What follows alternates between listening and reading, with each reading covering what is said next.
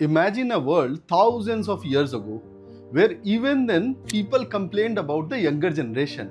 Do you know a clay tablet from Babylon was found originating around 1000 BC that says, "Today's youth is rotten, evil, godless, and lazy." And fast forward to now, nothing has changed. Except this time it's about Gen Z and Millennials.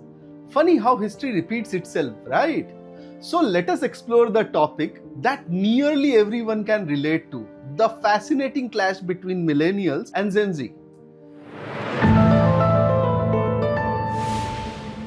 We people love to say back in my day, as if the world was filled with perfect, hardworking and saintly people at our generation. But at the same time, we feel that our elders were backdated and the youth does not know anything. And it made me wonder, does our elders feel the same way about us?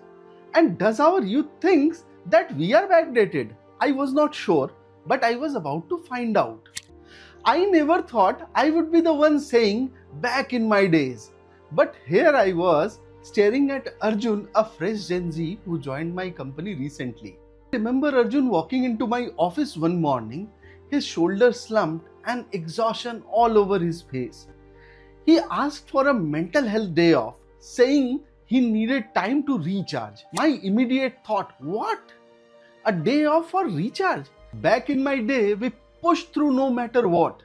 But then there was something raw in his request, a vulnerability that I did not recognize when I was his age. For a moment, I did not know how to respond. I had spent years pushing through tough times. In my generation, we celebrated the hustle culture, the grind, the extra hours, the all-nighters. But somewhere deep within, I also knew that he was not wrong. Millennials like me often felt burnt out because we did not prioritize our mental health. Most of us wear exhaustion as a badge of honor.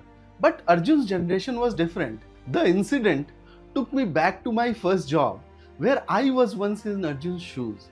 And as the conflict continued, I started to reflect on my early days as an employee. It was back in 2004 and I had just landed my first job at a well-established CA firm in Kolkata. Stepping into that office felt like time wrap as my boss, Mr. Jane Gupta, a baby boomer in his 50s, carried an aura of discipline that instantly made my back straighten.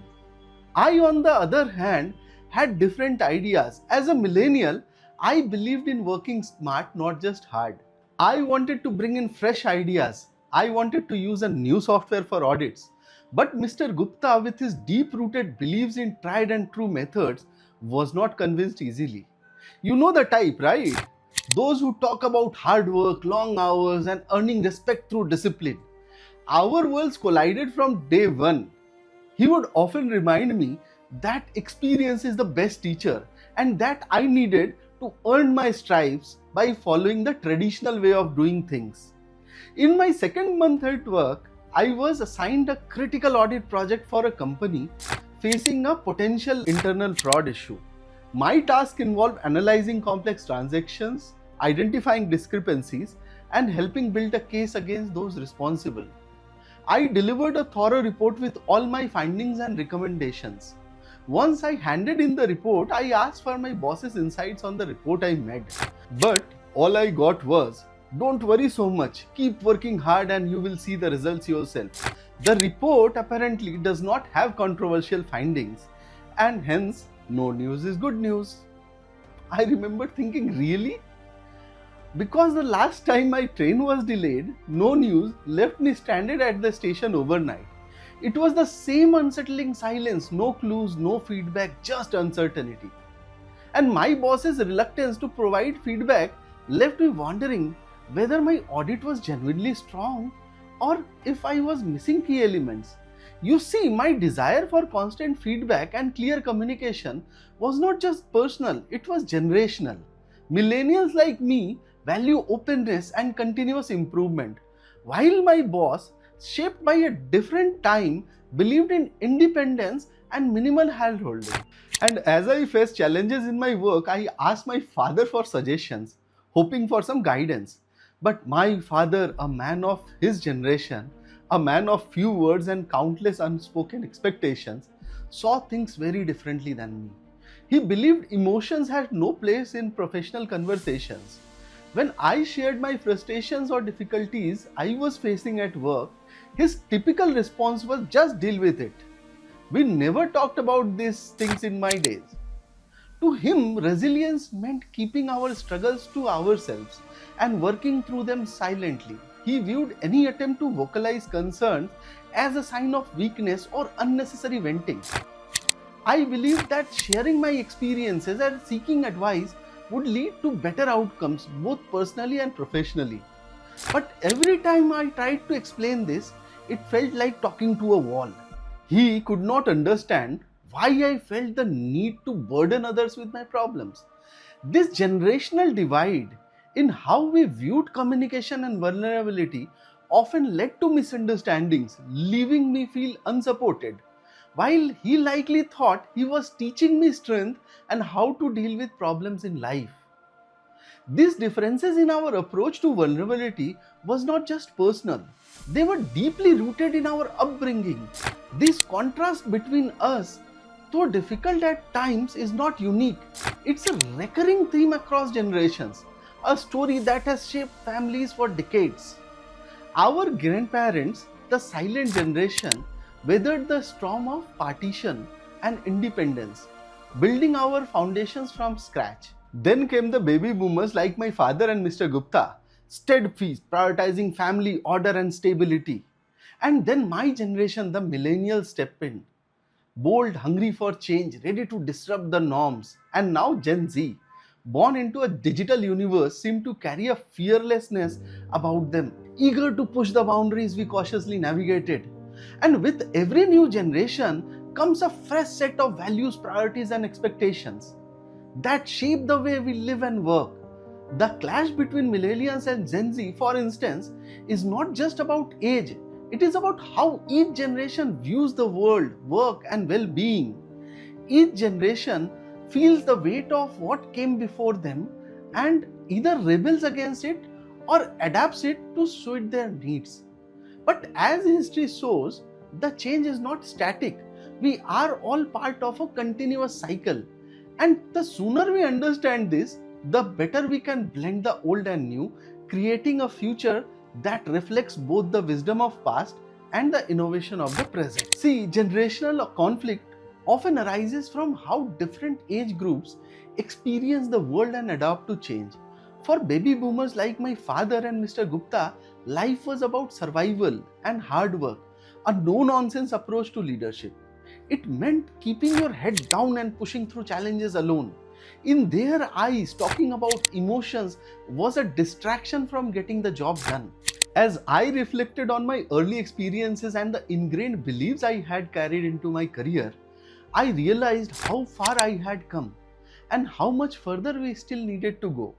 The clash between my old mentality and Arjun's fresh perspective was more than just a generational divide. As I looked at him, I could not help but see the exhaustion in his eyes. He had a genuine need to recharge, and he was also willing to speak up about it, which was something I had struggled with for years. In my early days, the idea of asking for a break for a mental health was unheard of. But in this moment, Arjun represented a shift in workplace culture. He had the courage to prioritize his mental health, challenging the outdated norms that I had internalized. Instead of dismissing his request as a sign of weakness, I took a step back and reflected on my own experiences with my father and my boss. Recognizing the importance of work-life balance, I realized I needed to adapt to the evolving landscape of the workplace. This was not just about Arjun, it was about embracing a more compassionate approach to our work culture. Recognizing the importance of work-life balance, I realized I needed to adapt to the evolving landscape of the workplace. This was not just about Arjun, is what about embracing a more compassionate approach to our work culture. I approved his mental health day without hesitation, understanding that if I had been in his shoes, I would have wanted the same support. In approving Arjun's request, I felt a sense of relief. The lesson was clear. Times change, and sometimes it's the younger generation that leads the way in reshaping outdated norms. Javed Akhtar once said that thriving in this ever changing world means respecting the younger generation, acknowledging that they hold insights we might not fully understand. I could not agree more. Watching Arjun, I realized that maybe, just maybe, his courage to speak up for himself was exactly the kind of lesson I also needed to learn. See, change is inevitable in all spheres of life. Both generations have their own experiences in adapting to new realities. Millennial can share lessons from their journeys through economic fluctuations and technological shifts, while Gen Z can provide insights into emerging trends and new technologies. What millennials can learn from Gen Z is first mental health awareness. See, Gen Z openly discusses mental health and prioritizes self-care. Millennials can learn the importance of work-life balance and recognize the signs of burnout, encouraging a healthier workplace environment. Then adapting new technologies. Gen Z has grown up with technology and often adapts quickly to new tools.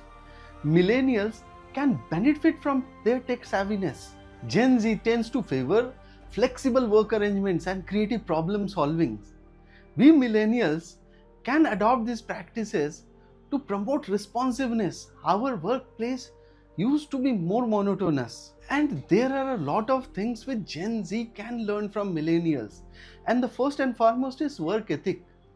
See, millennials have experienced the importance of perseverance and resilience in the face of challenges. Gen Z can learn the value of hard work and dedication to achieve long-term goals. Second is experience and wisdom, which we do have.